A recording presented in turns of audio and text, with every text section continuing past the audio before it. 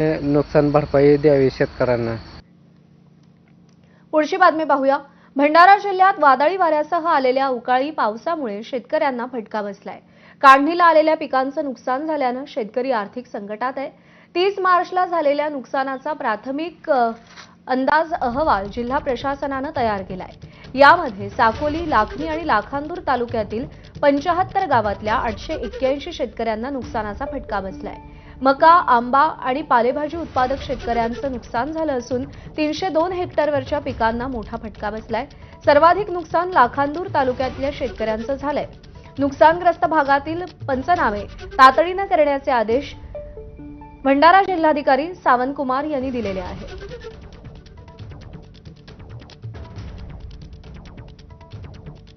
पाऊस, गारपीट याच्यामुळे सगळी 3 एकरापैकी 2 एकराची मका पीक हे जमीनदोस्त झालेले आहेत।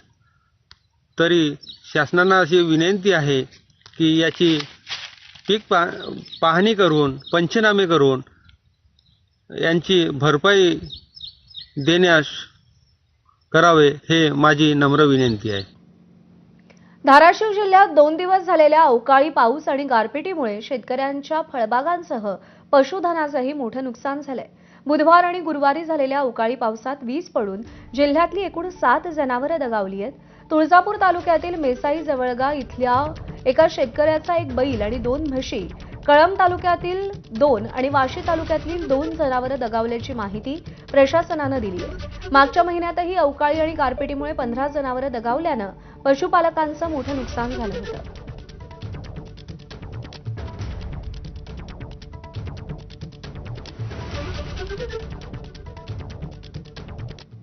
आखातातल्या युद्धामुळे नंदुरबार जिल्ह्यातील केळी उत्पादक शेतकरी आर्थिक अडचणीत सापडलाय। युद्धामुळे निर्यात बंद झाल्यानं केळी उत्पादक शेतकऱ्यांना मंदीचा फटका बसलाय। केळीच्या दरात मोठी घट झाली आहे। प्रति क्विंटल फक्त 500 ते 600 रुपयांचा दर केळीला मिळतोय। निर्यातक्षम केळीची खरेदी होत नसल्यानं शेतकरी अडचणीत सापडलाय।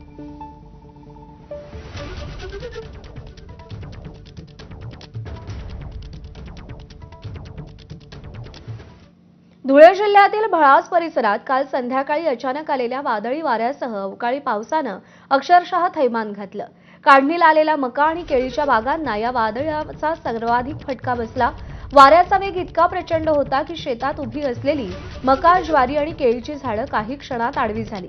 त्यामुळे बळीराजाचं मोठं नुकसान झालंय।